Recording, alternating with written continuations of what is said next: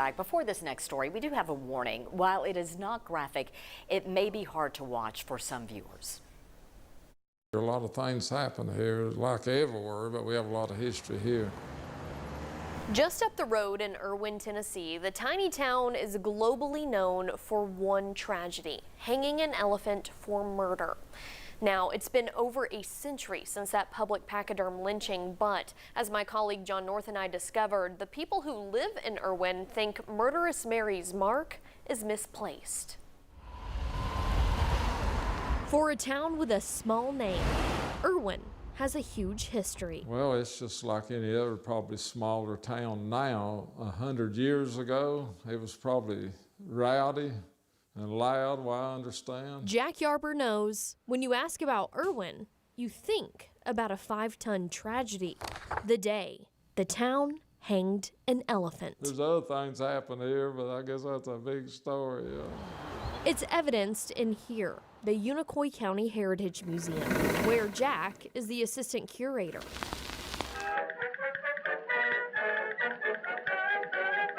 In 1916, the Sparks world-famous circus stopped in northeast Tennessee, carrying with them Mary, the largest living land animal on Earth.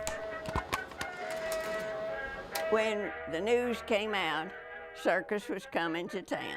All the farmers wanted to come, bring their children. Bill Landry talked to Alma Brown Taylor in 2005.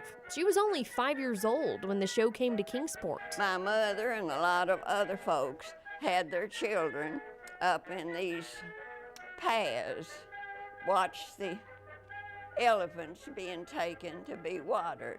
A new elephant handler named Red Eldridge led the path of the pachyderms. He was riding on top of Murderous Mary's head. Alma saw the moment Mary got that nickname. It started over a watermelon rind. When Mary reached over with her trunk to get that and put it in her mouth, he took his pick and punched her behind the ear. She took her trunk and just deliberately reached up, wrapped it around him, brought him out and slammed him down in that gravel road. Some newspapers say Mary stomped Red's head. The best I can remember, that man's body splattered all over that gravel road. She slammed him down there so hard. That's when talk started about the elephant's execution. They didn't want to shoot it, they said, because they didn't know where to shoot to kill it so it wouldn't suffer by the shots they would have to make. Lawson Reams was only 6 when that death decision was made. Hanging it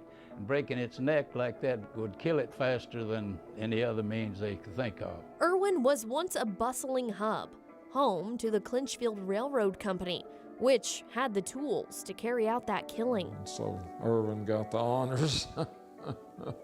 From atop a boxcar, Lawson saw a crane put Mary to her death. The chain broke the first time on the pull, but the people really scattered out of the way in a hurry when they saw that elephant fall and hit the ground, and the second chain broke her neck, and that killed her.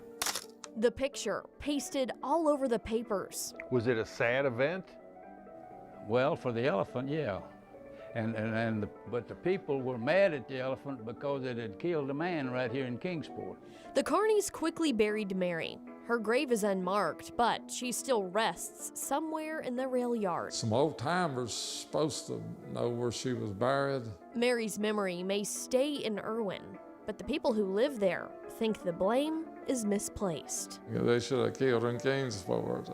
As time passes and the town has changed, Jack believes Mary's crime shouldn't define them. It doesn't bother me because Kingsport should have got the honor, I guess. A big enough story to withstand a century of news cycles. The museum doesn't measure their history in terms of tons. To me, that was more history than hanging Mary, but that's part of the history here, I guess.